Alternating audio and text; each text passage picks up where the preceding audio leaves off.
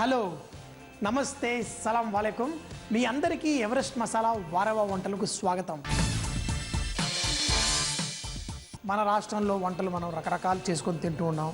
కానీ వేరే రాష్ట్రంలో కూడా కొన్ని కొత్త రకమైన వంటకాలు.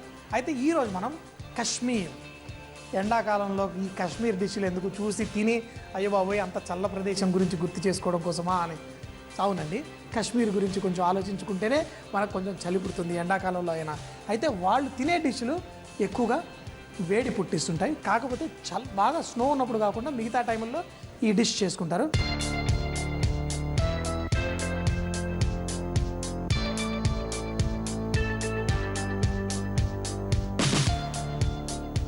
కాశ్మీర్ తలుచుకుంటూ ఒక కాశ్మీర్ డిష్ ట్రై చేద్దాం. అయితే కాశ్మీర్ వంటల్లో వాళ్ళు ఎక్కువగా మాంసాహారాలు అలాంటివి చేస్తూ ఉంటారు. మరి అవి కూడా పాలు పెరుగుతో ఎక్కువగా చేసుకుంటారు. అయితే ఈరోజు మాత్రం నేను దమ్ ఆలు కాశ్మీరీ అని ఈ చిట్టి బంగాళదుంపలతో వాళ్ళు చేసే కాశ్మీరీ గ్రేవీ స్టైల్లో చేద్దాం. అయితే వాళ్ళు మాత్రం పెద్ద బంగాళదుంప తీసుకొని దాన్ని ఉడకబెట్టి దానికి సీకులతో చిన్న చిల్లులు చేసి ఆ గ్రేవీలో వేస్తారు. మనం చిన్న బంగాళదుంప తీసుకుంటున్నాం కాబట్టి మనం వీటిని డైరెక్ట్గా గ్రేవీలో వేసేసుకోవచ్చు. అయితే ఈ బంగాళదుంపల్ని నూనెలో ఫ్రై చేస్తారు. ముందుగా నూనె ఇంకా కొంచెం వేడెక్కాలి. ఈ లోపల అసలు మసాలా ఈ గ్రేవీ ఎలా చేసుకుంటారో చూద్దాం. అయితే వీళ్ళు ఎక్కువగా మనం సొంటి పొడి అంటాం కదా, జింజర్ పౌడర్, ఈ పౌడర్ వేసి గ్రేవీ తయారు చేస్తారు. కాకపోతే మరీ ఎక్కువ వేసుకోకూడదు. ఒక హాఫ్ స్పూన్ ఈ సొంటి పొడి అంటే జింజర్ పౌడర్, దాంట్లో ఒక స్పూను సోంఫ్ పౌడర్, మరి ఇందులో ధనియాల పౌడర్, ఒక చెంచాడు ధనియాల పొడి, అలాగే ఈ కాశ్మీరీ చిల్లీ పౌడర్ ఎర్రగా ఉంటుంది అది ఒక చెంచాడు. ఇవన్నీ వేసుకొని కొన్ని నీళ్లు పోసి ఫస్ట్ కలిపి పెట్టుకుందాం. దీంట్లో మరి కొంచెం ఎవరెస్ట్ వాళ్ళ హింగ్, అయితే ఈ కాశ్మీర్లో కూడా వాళ్ళు చాలా వాటిలో హింగ్ వాడతారు. మరీ ఎక్కువ వేయకండి, ఎందుకంటే హింగ్ మంచి ఫ్లేవర్ కోసమే కానీ దాంట్లో మనం మసాలా గ్రేవీ తయారవడం కోసం కాదు. ఇవన్నీ కొంచెం నీళ్ళల్లో ఇలా కలిపేసి పెట్టుకుందాం. ఇది వేడి నూనెలో వేసుకోవాలి. అయితే మనం ఇక్కడ నూనె వేడెక్కిపోయింది. ఈ బంగాళదుంపల్ని ఇందులో వేసి ఫ్రై చేసుకుందాం. చూసారు కదా, ఇలా బంగాళదుంప వేసేటప్పుడు ఇలా జాలి గరిటె మీద వేసి అప్పుడు వేస్తున్నాను. ఇలా వేయడం వల్ల మన చేతులు కూడా కాలకుండా ఉంటుంది. అలా బంగాళదుంపలు ఫ్రై అవుతున్నప్పుడు ఇక్కడ మనం కొంచెం నూనె వేసుకొని మరి గ్రేవీ తయారు చేసుకుందాం. నూనె అయితే ఈ కాశ్మీరీ డిష్లో వాళ్ళు కొంచెం నూనె ఎక్కువగా వాడతారు. అయితే కొంచెం నూనె ఎక్కువ కావాలంటే వేసుకోండి. నూనె కొంచెం వేడెక్కిన తర్వాత మనం ఇందులో షాయి జీరా ఇందులో వేసేసుకుందాం. ఈ షాయి జీరా ఎక్కువగా కబాబులలో వాటిలలో వాడుతూ ఉంటారు. భలే మంచి సువాసన కూడా వస్తుంది. ఇందులో మనం పుదీనా ఆకు చూసారు కదా, ఆకుని కొంచెం చాప్ చేసుకున్నాను, నూనెలోనే వేసేసుకుందాం. అలాగే కొత్తిమీర కూడా నూనెలోనే వేసుకుందాం. కొంతమంది కసూరి మేతి, ఇవన్నీ వేసి కలిపేసుకొని దీంట్లో మనం కారపొడి ఈ మసాలాలన్నీ కలుపుకున్నాం కదా, ఇవన్నీ ఇందులో పోసేసుకుందాం. ఇందులో ఏం వేసాం? సోంఫ్ పౌడరు, ధనియాల పొడి, జింజర్ పౌడరు అన్నీ వేసుకున్నాం కదా. ఇప్పుడు ఇలా గ్రేవీ ఈ నూనెలో ఇదంతా చక్కగా ఫ్రై అయిన తర్వాత ఇప్పుడు దీంట్లో కొంచెం పచ్చిమిరపకాయలు, అలాగే మనం పెరుగు చూడండి 2 కప్పుల పెరుగు తీసుకొని మంచిగా కొంచెం అంత కుక్ అయిన తర్వాత దీంట్లో పోసేసుకొని కలిపేసుకుందాం. అయితే ఇప్పుడు చిక్కగా పెరిగేసినా కానీ ఇది ఉడికేసరికి పలచగా అయిపోతుంది. అయితే ఈ పెరుగు వల్ల ఈ గ్రేవీకి కొంచెం పుల్లతనం ఆ టేస్ట్ కూడా వస్తుంది. మరి ఉప్పు కూడా కొంచెం వేసేసుకుందామా. మరి ఇక్కడ బంగాళదుంప కూడా వీటి పరిస్థితి ఏంటో చూద్దాం. మరీ ఎక్కువగా ఫ్రై అవ్వాల్సిన అవసరం లేదు. లైట్గా కొంచెం అంత కలర్ వచ్చేస్తే బంగాళదుంప ముక్కల్ని తీసేసి పక్కన పెట్టేసుకుందాం.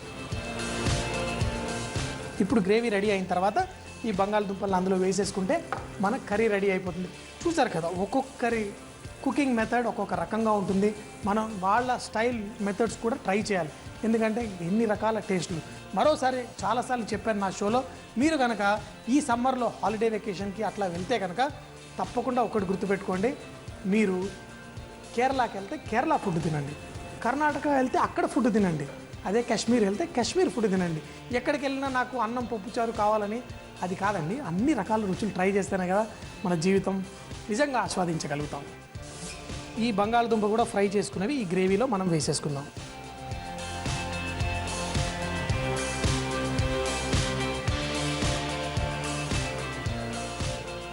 చూసారు కదా. ఇప్పుడు దాన్ని స్లోగా దాంట్లో కుక్ అవనిద్దాం. ఇలా ఒక 10 నిమిషాల పాటు స్లో ఫ్లేమ్లో కుక్ చేసుకోవాలి. అప్పుడే దాంట్లో ఆ మంచి లైట్గా థిక్నెస్ అనేది వస్తుంది. గ్రేవీ చాలా బాగుంది. మరీ తిక్కుగా ఉండకూడదు, మరీ పలసగా ఉండకూడదు. మంచి గ్రేవీ కన్సిస్టెన్సీ ఉండాలి. దాన్ని అన్నం మీద వేసుకొని తిన్నా కానీ చాలా బాగుంటుంది. 10 నిమిషాలు ఉడికేసరికి మన గ్రేవీ కూడా చూడండి చక్కగా అయిపోయింది. అయితే ఇది ఎక్కువగా అన్నంతో తింటే చాలా బాగుంటుంది, కానీ పుల్కాలతో తిన్నా, రొట్టెలతో తిన్నా బాగానే ఉంటుంది. ఈరోజు మరి నేను కొంచెం డైట్లో ఉన్నా కాబట్టి సంజయ్ డైటా ఎవరైనా నమ్ముతారా అని ఇలా బంగాళదుంప, ఈ పెరుగు, ఈ గ్రేవీలు ఇవన్నీ స్పెషల్ గ్రేవీస్ అండి. ఇవన్నీ మనం ఒక్కసారి టేస్ట్ చేస్తే కనుక మళ్ళీ మళ్ళీ తినాలనిపించే డిషెస్. చూడండి ఇలా దీన్ని మంచి ఫ్లేవర్. దీంట్లో మనం ఏమేమి వేసామో అన్నీ చూసారు కదా. మళ్ళీ రీక్యాప్ చెప్తాను, అప్పుడు వినండి, రాసుకోండి.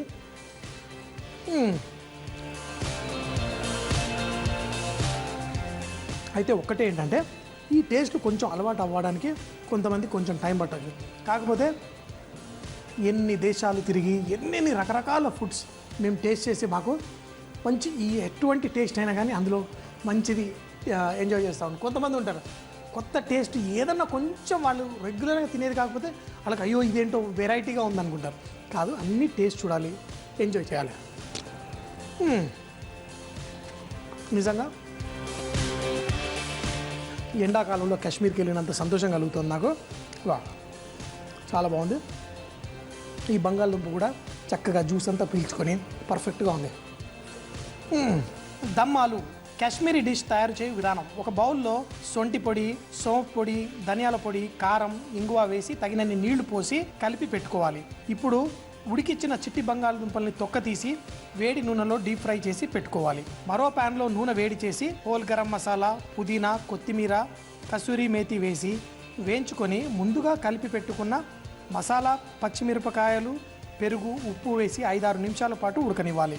దాని తర్వాత ఫ్రై చేసి పెట్టుకున్న బంగాళదుంపలు వేసి మరో 10 నిమిషాల పాటు ఉడికించి వేడివేడిగా అన్నంలో కానీ పుల్కాలతో కానీ తింటే చాలా బాగుంటుంది. నేను చేసే డిషెస్ చూశారు. మా ఆవిడ కూడా తను ఒక స్పెషల్ డిష్ చూపిస్తా అని రెడీగా ఉంది. మరి తన వంటకం కూడా ఒకటి చూసేద్దామా? ఈరోజు మన అమ్మమ్మల నాటి రెసిపీ మీకోసం. నాకు తెలుసండి ఇది మీకు తెలిసే ఉంటుందని, కానీ మనం చేసుకోము. గోధుమ పిండి ఇన్స్టెంట్ దోశ. బ్రేక్ఫాస్ట్కి ఏది లేదనుకోండి, లేదా ఈవినింగ్ స్నాక్కి కానీ ఇది చేసి ఇచ్చేవాళ్ళు. మా అమ్మ అయితే వారానికి 2 లేదా 3 సార్లు ఏ బ్రేక్ఫాస్ట్ లేదంటే గోధుమ పిండి తీసుకురండి, కలపండి, పోసి ఇవ్వండి. సో అలా చేసి ఇచ్చేది. కానీ ఇప్పుడు కొంచెం ట్రెండ్ చేంజ్ అయింది కదా, మరి దాన్ని కొంచెం వెరైటీగా ఇంకొంచెం ఇంగ్రీడియంట్స్ని యాడ్ చేసి టేస్టీగా ఎలా చేయాలో నేను మీకు చూపిస్తున్నాను.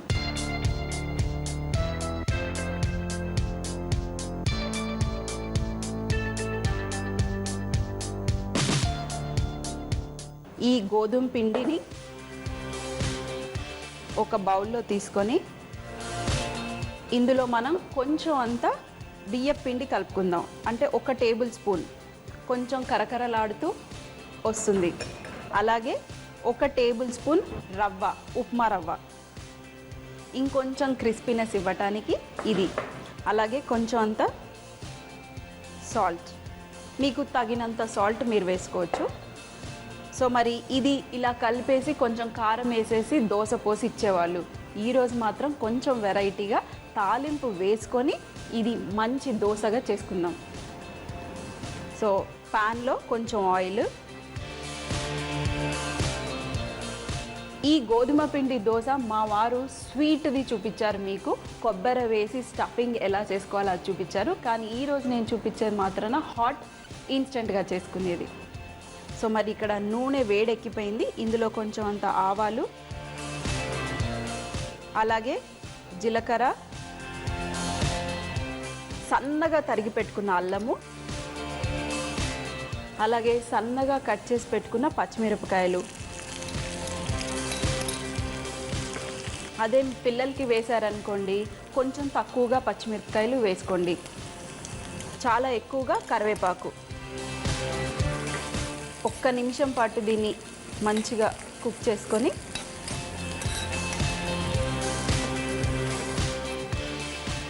ఇప్పుడు స్టవ్ ఆఫ్ చేసేసుకొని ఈ తాలింపుని మనం ఈ పిండిలో కలిపేసుకుందాం.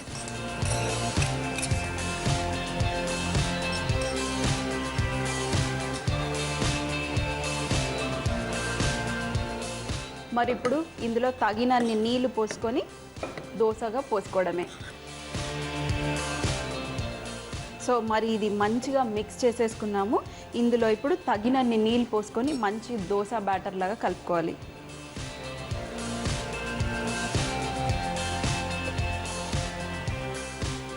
ఫస్ట్ కొంచెం వాటర్ వేసుకొని ఇలా గట్టిగా తడుపుకోండి. ఆ తర్వాత ఇంకా తగినన్ని నీళ్ళు పోసుకోండి. ఇది కొంచెం పల్చగానే ఉంటుంది. మనం రవ్వ దోశకి ఎంత పల్చగా ఉంటుందో అలాగే ఇది కూడా అంత పల్చగా ఉండాలి. ఇంత పల్చగా ఉంటే చాలు. ఇది ఇప్పుడు మనం దోశ పోసేసుకోవడానికి రెడీ. మరి పెనం మంచిగా వేడెక్కాలి. సో ఈ దోశ పోసేసుకుందాం.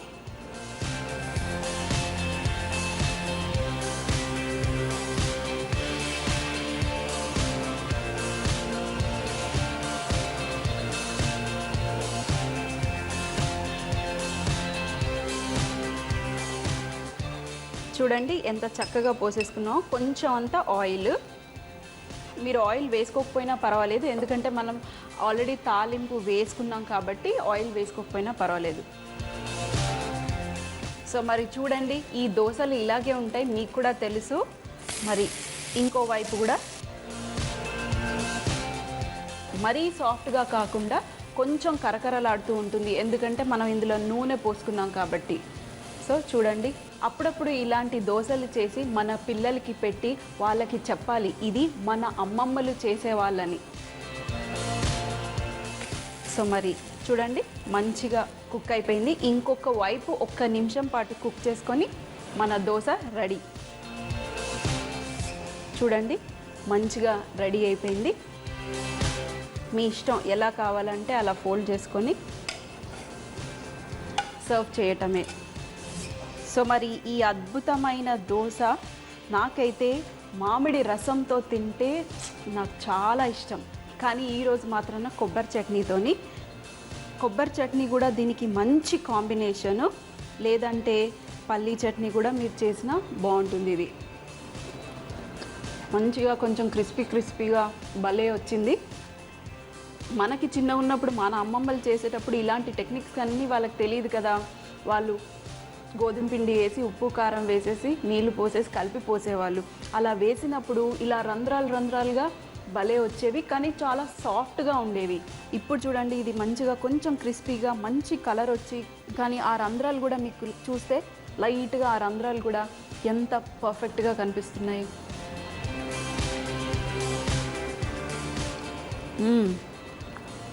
సూపర్ టేస్టీగా ఉంది దోశ.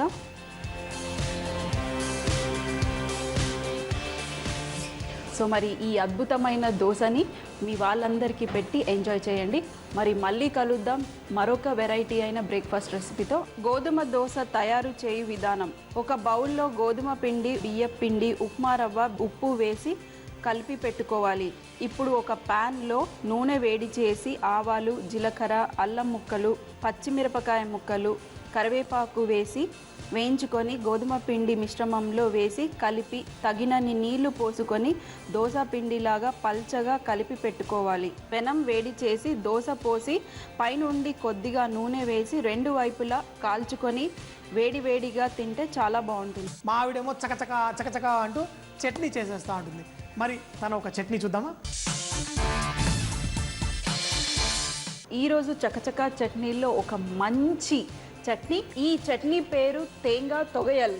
సింపుల్గా చెప్పాలంటే ఇది కేరళ స్టైల్ కొబ్బరి చట్నీ అండి. మరి ఇది చేయటానికి మంచిగా తురిమి పెట్టుకున్న కొబ్బరి, అలాగే కొంచెం అంత మినపప్పు, ఎండుమిరపకాయలు, చింతపండు, ఆవాలు, మిరియాలు. కానీ ఆగండి, ఇది చేయటానికి చాలా కష్టపడాలి. కొంచెం నా చున్నీని మంచిగా కట్టేసుకుని ఈ చట్నీని చేయటానికి కొంచెం కష్టంగా ఉంటుంది. సో అందుకే కొంచెం జాగ్రత్తగా చూడండి మీరు కూడా. ఫస్ట్ ఒక ప్యాన్లో కొంచెం అంత ఆయిల్, ఫస్ట్ ఇందులో ఒక చిన్న టీ స్పూను ఆవాలు, అలాగే 1 టేబుల్ స్పూను మినపప్పు, ఇందులో మీకు తగినంత ఎండుమిరపకాయలు, కొంచెం అంత ఇంగువ. ఎవరెస్ట్ వారి ఇంగువ. ఇది కొంచెం వేయించుకుందాము. ఒక్క నిమిషం తర్వాత ఇందులో మిరియాలు మీకు తగినన్ని మీరు వేసుకోవచ్చు, అలాగే చింతపండు.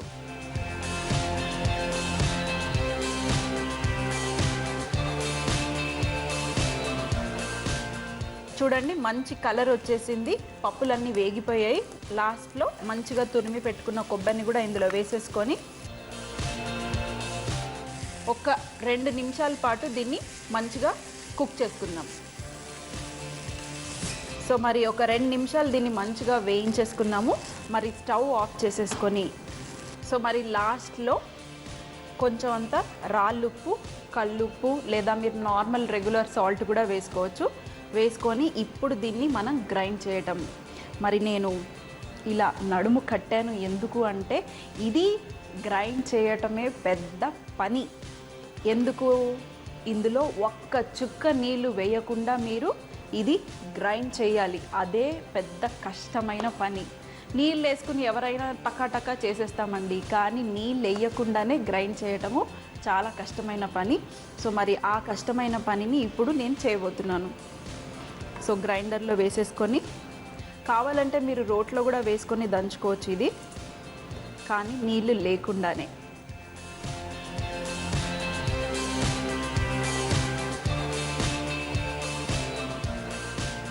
సో మరి ఇది గ్రైండర్లో వేసేసుకున్నాము.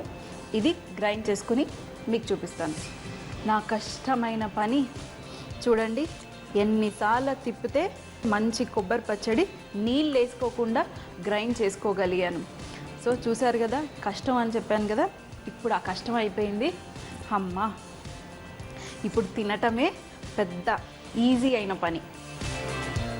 ఈ మంచి కొబ్బరి చట్నీని కేరళలో దేంతో ఎంజాయ్ చేస్తారనుకుంటున్నారు? మంచి దొడ్డు బియ్యం తింటారండి వాళ్ళు. ఆ లావుట్ బియ్యముతో ఇది మంచిగా నెయ్యి వేసుకొని, అలాగే లేదంటే నువ్వుల నూనె వేసుకొని వాళ్ళు ఎంజాయ్ చేస్తారు. అక్కడంతా లావు బియ్యం, మన బ్రౌన్ రైస్ అన్నా తింటారు, లేదంటే ఉప్పుడు బియ్యం అన్నా తింటారు.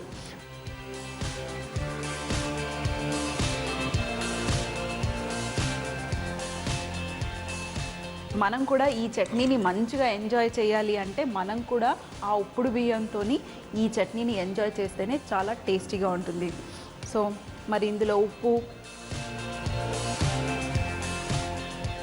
ఇది ఎంత టేస్టీగా ఉందంటే మంచిగా పప్పులు కరకరలాడుతూ, అలాగే పులుపుదనము, అలాగే కొబ్బరి. మీరు చూస్తే కొబ్బరి తెల్లగా ఉండే ఈ ఎండు మిరపకాయలతోని ఆ కొబ్బరిని మంచి కలర్ వచ్చేసింది. భలే టేస్టీగా కూడా ఉంది. మధ్య మధ్యలో కొంచెం అంత ఎండుమిరపకాయలు గింజలు, భలే రుచిగా ఉంది. సో మరి మీరు కూడా ఈ మంచి కేరళ స్టైల్ కొబ్బరి చట్నీ చేసి మీ వాళ్ళందరికీ ఉప్పుడు బియ్యంతో వండిన రైస్తోనే ఈ చట్నీని సర్వ్ చేసి ఎంజాయ్ చేయండి. సో మరి మళ్ళీ కలుద్దాం మరికొన్ని వెరైటీల చట్నీలతో, చకచకా చట్నీల్లో. గాజు వస్తువులను ఎలా క్లీన్ చేయాలో చూద్దాం. ఒక పెద్ద గిన్నెలో నీళ్లు పోసి అవి వేడయ్యాక కొంచెం వెనిగర్ వేసి గ్లాస్ బౌల్స్ని అందులో పెట్టి కాసేపు తిప్పుతూ ఉండాలి. 2-3 నిమిషాల తర్వాత గ్లాస్ బౌల్స్ని బయటకు తీసి మెత్తటి గుడ్డతో తుడిచి స్టోర్ చేసుకోవాలి. కోడిగుడ్డు ఎప్పుడైనా కింద పడి పగిలినప్పుడు క్లీన్ చేయడం చాలా కష్టంగా ఉంటుంది. క్లీన్ చేశాక కూడా చాలా వాసన వస్తూ ఉంటుంది. అలాంటప్పుడు పగిలిన గుడ్డు పైన బాగా ఎక్కువ మొత్తంలో ఉప్పు జల్లి ఒక అరగంట పాటు అలా వదిలేసి తర్వాత క్లీన్ చేస్తే ఈజీగా క్లీన్ అవుతుంది. అలాగే వాసన కూడా రాదు. వారెవా అంటేనే అద్భుతమైన వంటలు. మరి మీ ఇంట్లో కూడా రుచికరమైన వంటలు చేస్తారా? అయితే మీ వంటల రెసిపీలు మాకు రాసి పంపించగలరు. XXX డిటర్జెంట్ సోప్ తరఫున మంచి గిఫ్ట్ హ్యాంపర్ గెలుచుకోండి. మరి మా చిరునామా MIG 1540 BHEL హైదరాబాద్ 502032. రెసిపీ కాంటెస్ట్లో పార్టిసిపేట్ చేసి గెలిచిన వాళ్ళకి XXX డిటర్జెంట్ సోప్ తరఫున ఒక మంచి గిఫ్ట్ హ్యాంపర్ మీ ఇంటికి వస్తుంది. చూశారు కదండి మరి ఈరోజు వంటకాలు. రేపు మరిన్ని కొత్త వంటకాలతో కలుద్దాం. అప్పటిదాకా see you, bye bye, Khuda.